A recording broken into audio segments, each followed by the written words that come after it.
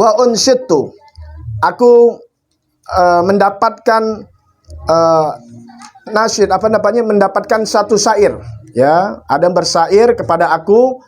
Apa di sini? Nah, ini perlu buat kitanya, ya. La tashabil kaslan fi halatihi, jangan berteman dengan orang yang malas di dalam hal keadaannya. Tuh, kenapa makanya Anda nggak liburin, ganti tempat yang lain? Karena ini salah satu dari sifat kerusakan. Kalau kita udah sekali nggak ngaji, maka terus-terusan nggak ngaji. Kalau udah biasa ninggalin yang sunnah, Anda udah ngerasain, Anda nggak cerita sama orang, Anda ceritain diri Anda. Ente biasa sholat duha, ente tinggal sekali dua kali. Kesononya malas. Biasa rajin baca Quran, tinggal lagi baca Quran. Kesononya malas. Alasannya enak dulu, ntar tergampang kan kebiasa baca Quran. Begitu. Ngaji begitu juga. Anda ngalamin. Sekali dua kali nggak datang. Nah, makanya apa? Pengajian tetap berjalan tapi bisa diganti tempat lain. Ataupun di minggu yang akan datang dirubah istilahnya. Paham nggak? Diacak aja sedikit sekali-sekali. Dalam agama boleh gak? Dalam agama boleh. Inti biasa sholat duha, nggak bisa sholat duha pada saat itu mungkin karena lupa dan sebagainya. Maka waktu zuhur setelah selesai inti sholat zuhur, boleh gak sholat duha? Boleh. Kalau mau tahu wirid. Nah, di dalam kitab yang lain, di kitab Habib Abdullah bin Abdul Haddad, jadikan itu wirid. Wirid itu suatu kebiasaan. Bukan wirid itu cuma baca-bacaan, bukan. Wirid itu satu kebiasaan. Kebiasaan itu kan yang di kitabnya Habib Abdullah yang sudah diajarkan di minggu ketiga, ya. Kebiasaan-kebiasaan yang baik, bukan hanya sekedar bacaan. Kelakuan, perilaku yang baik, wiritin. Kebiasaan apa nih? Biasa nyumbang tiap pagi lakukan. Kalau nggak bisa di waktu pagi, maka di waktu sore, dikodok namanya, diganti. Begitulah baca-bacaan, biasa baca ratib tiap maghrib, nggak bisa, mungkin karena keadaan begitu. Tetap jalanin. Tapi di waktu apa? Isya, nggak bisa isya, waktu mau tidur, lupa. Ingat Pak, pagi baca ratib, jadi dua kali nggak apa-apa. Itu gunanya untuk membasmi atau mematahkan kelemahan kita pada saat itu untuk tidak mengulangi lagi. Paham nggak tuh? Nah, sama ngaji apalagi bukan satu kebiasaan yang baik, tapi kewajiban dalam agama. Jangan sampai hal ini, hal itu berhenti, jangan. Ilham nggak bisa di tempat yang lain. Kalau nggak tutup jalanan, itu udah tutup aja lagi sebelah sini.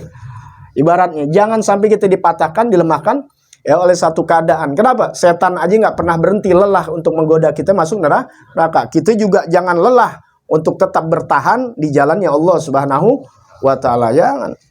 Ya, gitu.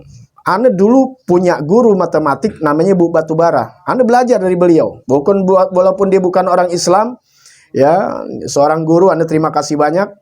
Anda punya misanan, ya, sebut aja namanya, ya, Habib Soleh Assegaf, ya, misanan Anda pada saat itu nikah di Condet pada tahun 88 kalau nggak salah, ya.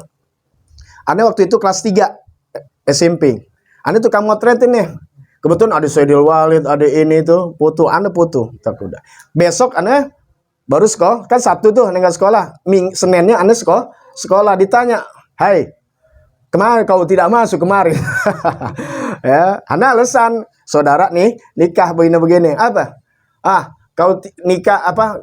Kau tidak masuk hanya mau jilatin dangdang saja. Ya, gitu, kesel gitu tuh. Tapi pada saat itu karena kita nggak ngerti. Tapi setelah bicara agama, ya bener, urusan kita apaan? Kecuali Anda yang nikah, kecuali kita nggak yang nikah, boleh. Masa kita lagi nikah sekolah kan nggak mungkin, paham nggak? Ya, Ilham nggak masuk karena nih lagi nikah pada saat ini, nggak apa-apa lah, yang nikah saudaranya. Apakah dengan keberadaan Ilham ini akan gagal itu pernikahan? Nggak ada urusan.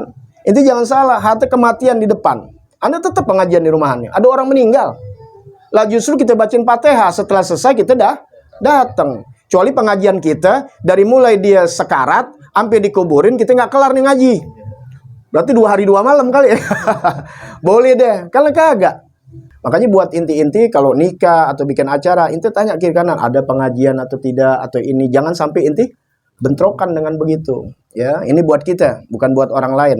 Ya, kenapa? Jangan sampai ada celah kita berhenti dalam satu pengajian dengan alasan pada akhirnya nanti kita berikutnya kita akan nggak ngaji. Itu contoh di dalam segala ibadah. Sampai kita ibadah puasa, kemudian sholat, kita lagi musafir, tetap kita suruh sholat. Tapi diringankan dengan apa? Dengan jama, bahkan disuruh gosor. Nggak boleh tinggal, nggak apa-apa deh kalau jauh, nggak bisa. Apalagi zaman dulu, kalau zaman sekarang enak pakai mobil, zaman dulu pakai onta, jauh-jauh lagi. Ya subhanallah. Tentunya ada keringanan, tapi jangan sampai diberhentikan. Nggak bisa pakai wudhu, nggak pakai air, pakai apa? Pakai tayamum. Nggak ada tayamum juga. Yang nih, sholat disuruh. Fakdil mak, nanti dikodok. Ya, begitu. Itulah yang Allah ajarkan kepada kita. Kebiasaan yang baik, apalagi itu kewajiban, jangan sampai terhenti dengan alasan apapun. Inti biasa sholat, antar kalau sakit ini lagi bener-bener nggak kuat nih, diri aja nggak bisa, tiduran doang. Nanti dia sholatnya, lah akhirnya sholat kagak meninggal. Itu yang kita khawatirkan. Tapi disuruh sholat dengan suruh duduk, nggak mampu. Suruh tiduran. Anda baru ngalamin istri Anda tiduran, bayang. Ya, Anda suruh ya nggak bisa bergerak pada saat itu. Ya, ngikutin Anda dia capek kali ya. Gitu, angin. Ya, dari Jumat, Sabtu, Minggu jalan. Ya, jadi dia tahu bagaimana perjuangan lakinya. Padahal Anda juga merasakan yang namanya, tapi ya itulah. Ya, Anda minta sama Allah Subhanahu wa taala selagi masih jalan. Kalau Anda mata Anda mungkin udah susah lihat atau kayak ngalamin seperti istri Anda yang sakit begitu tuh. Ya, kebanyakan angin atau mungkin ada yang ketarik dan sebagainya. Ya mungkin Anda nggak ngajar. Tanggung jawab ente deh tuh. Ya, apa yang mesti dijemput pakai mobil dan sebagainya. Selama mata Anda masih bisa ngelihat, ya, Anda masih bisa jalan. Kalau malam nggak bisa ngelihat lagi gitu, ya kayak teman-teman Anda yang udah di atas 50 rata-rata udah nggak bisa jalan malam. Ya, matanya udah kagak lihat, tapi lihat cewek bisa. Ya gitu. Anda alhamdulillah, Anda minta Allah Ta'ala. Tapi ente nggak usah jadi kayak aneh. Kalau nggak jadi aneh, ente diranjang aja nanti repot. Ya. Kam solihin. Nah di sini la tazhabil kaslan fi halati. Jangan kau berteman dengan orang yang malas fi halati, dalam segala keadaan, fi halatihi wa goti, dalam waktu-waktu. Jangan pernah nempel aja, jangan berteman. Apa lagi? Bukan sekali dua kali, dalam segala keadaan. Keadaan apa aja? Ngobiek kek, dagang kek, warung kek, belajar apa lagi? Augoti dalam waktu-waktu. Jangan. Ini agama ngasih tahu. Kam solihin. Berapa banyak orang soleh, bukan orang kayak gitu nih, orang soleh, orang baik. Kita belum baik-baik banget nih, baru setengah mau baik, setengah mau baik lagi. Berapa banyak orang soleh, ini kalau dibilang soleh luar biasa ya. Kita masuk gak nih orang soleh? Jauh, ini orang soleh, kam solihin. Berapa banyak orang-orang soleh, lil khairiyah, orang-orang baik, solihin kasir, banyak banget kebaikannya. Bifasadin akhar, yap sudu. Nih syair ya. Ini bacaan dulu. Kam solihin. Mana dia tuh? Ya. Kam solihin bifasadin. Ya. Akhar yap sudu. Adwal balidi ilal jalidi syari'atun. Kal jirmi. Iya benar ya. Kal jarmi yudo'u firramadi fayakhmudu. Ya, itu syairnya tuh. Berapa banyak orang soleh dia rusak dengan sebab kerusakan orang yang lain. Jadi karena dia berteman sama orang-orang lain, orang yang rusak akhlaknya atau yang malas, yang bodoh dan yang sebagainya yang sudah dijelaskan di awal, maka orang tersebut, ya, orang soleh tersebut akan rusak, akan ngikut seperti dia. Ya, tuh begitu dikatakan. Ya, seperti apa? Adwal balidi ilal jalidi syari'atun. Tuh, ya, menular kebodohan itu kepada orang-orang cerdas, orang-orang baik, orang-orang yang pintar, syari'atun, dengan cepat. Kebodohan itu penyakit, menular. Itu takut sama virus. Katanya menular virus. Baik, itu boleh takut karena menurut penelitian dokter sangat menular. Itu kan harus ada kontak, dompet dan sebagainya. Kalau kebodohan cukup dengan kita melihat, bergaul sama dia, walaupun dengan hanya melihat dari layar televisi, orang-orang bodoh, ya, bisa rusak otak kita, orang-orang yang cerdas, apalagi bergaul langsung. Makanya dilarang fi halatihi wa augotih, dalam waktu-waktunya. Ini penting buat inti. Ya, terserah inti mau percaya nggak percaya, tapi ini yang terbukti. Berapa banyak orang-orang soleh, orang-orang baik, ya akhirnya menjadi rusak tuh yafsudu bi fasadin ahor, dengan sebab kerusakan orang lain. Maksudnya begitu. Berapa banyak nih sihir kan dibalik-balik nih. Berapa banyak orang soleh menjadi rusak sebab kerusakan orang lain.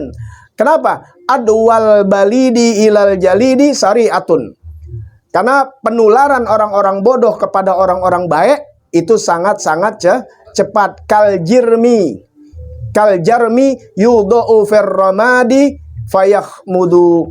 Dan itu laksana batu bara yang diletakkan di abu, maka akan padam. Paham nggak? Bara api ya ketika ditaruh di abu maka akan padam. Begitulah orang-orang yang otaknya cerdas, orang soleh yang seperti bara api yang terang menderang, ketika ditaruh di abu bercampur dengan orang bodoh maka akan menjadi bodoh ya. Tapi berapa banyak orang-orang yang bodoh akhirnya bisa menjadi orang-orang baik karena dia mau menyampur kepada orang-orang baik. Makanya inti tarik untuk duduk di majelis ilmu, bukan inti yang gaul-gaul akhirnya intinya ikut nggak ngaji. Nah itulah ya penjelasan dari ulama kita.